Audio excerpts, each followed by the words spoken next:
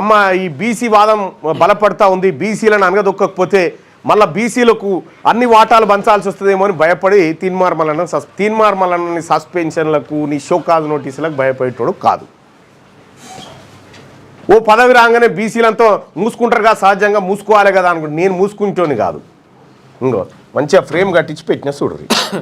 Telangana Pradesh Congress committee ఇంతకు మించినట్టు అసలు వీళ్ళకి అర్హత కూడా లేదు నాకు ఇవ్వడానికి.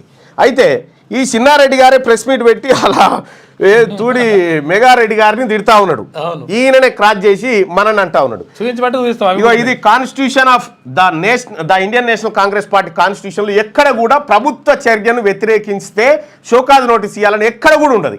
కాంగ్రెస్ పార్టీ కాన్స్టిట్యూషన్ ఇది రాజ్యాంగం, ఇది కాంగ్రెస్ పార్టీకి రాజ్యాంగం. సరే మంచికో చెడుకో పార్టీది, మంచికో చెడుకో జరిగింది.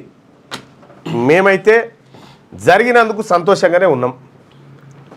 రేవంత్ రెడ్డి గారు మీరు పట్టుబట్టి ఆయన ఎంటబడి మహేష్ కుమార్ గారు ఎంటబడి వాళ్ళ మీద ఒత్తిడి చేయించి మీరు ఏదైతే చేసిరో మీరు రాసి పెట్టుకోండి.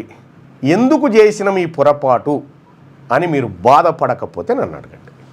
మరక మంచికే. ఓ రకంగా తెలంగాణ రాష్ట్రంలో ఇప్పుడు ఈ సస్పెన్షన్ ఏదో ఆ ఎమ్మెల్సీ ఓట్ల కంటే ముందు చేస్తే ఆయన కూడా రాకపోవు కథ. అసలు యాక్చువల్గా అందుకని ఆగింది అందుకోసమే ఆయన కూడా రాకపోయేటి.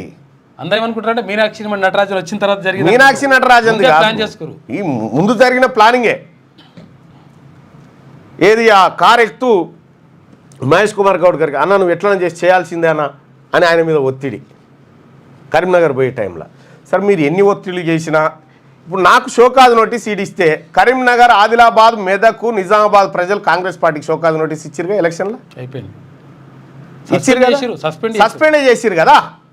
42 అసెంబ్లీ నియోజకవర్గాల మేధావి వర్గం కాంగ్రెస్ పార్టీని తిరస్కరించింది. కాంగ్రెస్ పార్టీని కాదు, రేవంత్ రెడ్డి గారిని తిరస్కరించింది, ప్రభుత్వాన్ని పెట్టిన అభ్యర్థిని తిరస్కరించింది.